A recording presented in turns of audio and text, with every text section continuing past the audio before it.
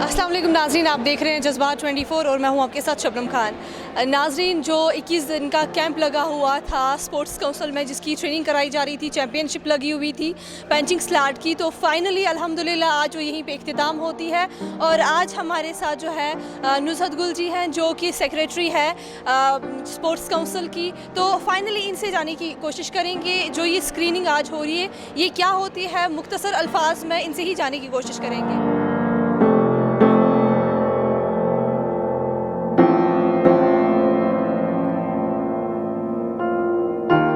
National खेले आज तक? तीन। इसी गेम को क्यों आपने चूज़ किया? मैम 2014 तक मैंने ताइक्वांडो खेला हुआ, 2004 से लेके, तो 14 के बाद मैंने सिलाट ज्वाइन किया।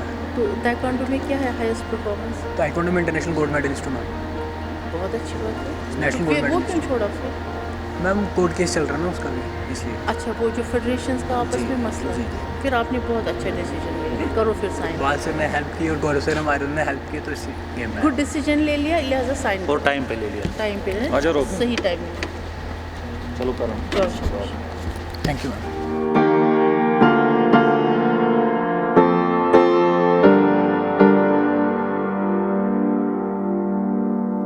To be the part of this whole mission sports, जहाँ पे हमारे बच्चे डिफरेंट स्पोर्ट्स में आके एंगेज होते हैं, ट्रेनिंग पाते हैं और फिर इस टाइप ऑफ कैंप्स में शिरकत करके डिफरेंट लेवल्स के टूर्नामेंट्स खेलते हैं।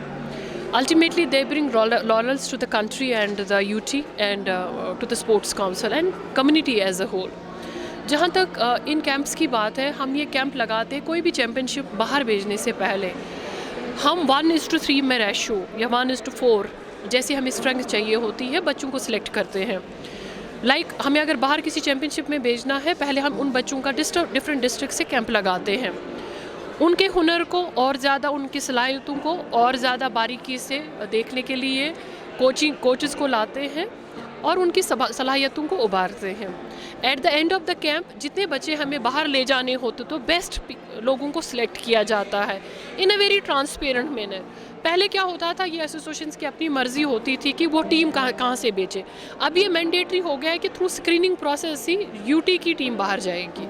सो ये पहले कैंप लगता है, कैंप में इनका हम खाना, इनका जो बच्चे बाहर से आते हैं उनको बोर्डिंग चार्जेस 500 रुपये देते हैं, इनको हम रिफ्रेशमेंट्स के देते हैं, ट्रांसपोर्टेशन देते हैं और अगर किसी एसोसिएशन कोचेस हायर करते हैं उनको उसका पैसा भी देते हैं।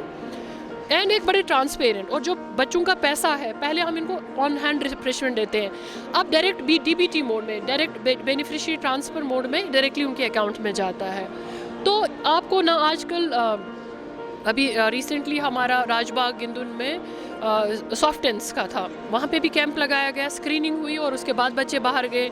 यहाँ कैंप लगाया गया, स्क्रीनिंग हो जाएगी तो बच्चे बाहर आएंगे। इससे क्या होगा कि आपने देखा होगा, अगर आप पिछले साल 2 साल का ट्रैक देखोगे तो हमारी मेडल टैली इंक्रीज़ हो गई है, बिकॉज द डिज़र्विंग बच्चे बाहर जाते हैं, हम उनको नर्चर करते हैं, हैंड होल्डिंग करते हैं, स्क्रीनिंग प्रोसेस के थ्रू बेस्ट टैलेंट बाहर जा रहा है तो हमें मेडल आ रहे हैं।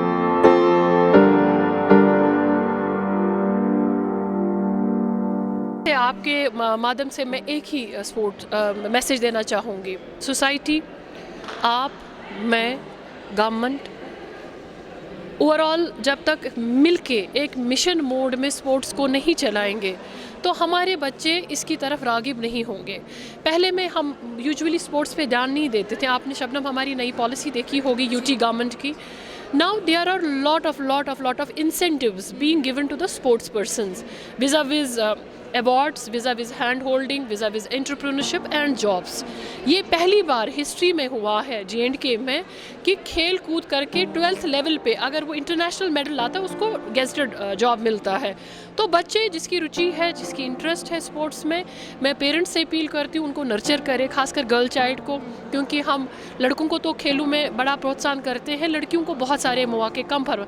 तो मुझे बड़ा अच्छा लगता है जब मैं बच्चियों को इसमें डिफरेंट गेम्स में देखती हूँ और इंक्रीजिंग ट्रेंड है विच इज़ वेरी एनकरेजिंग।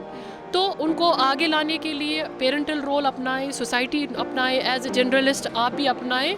एक पॉजिटिव मिशन के तौर पे हमें स्पोर्ट्स को आगे ले जाना है।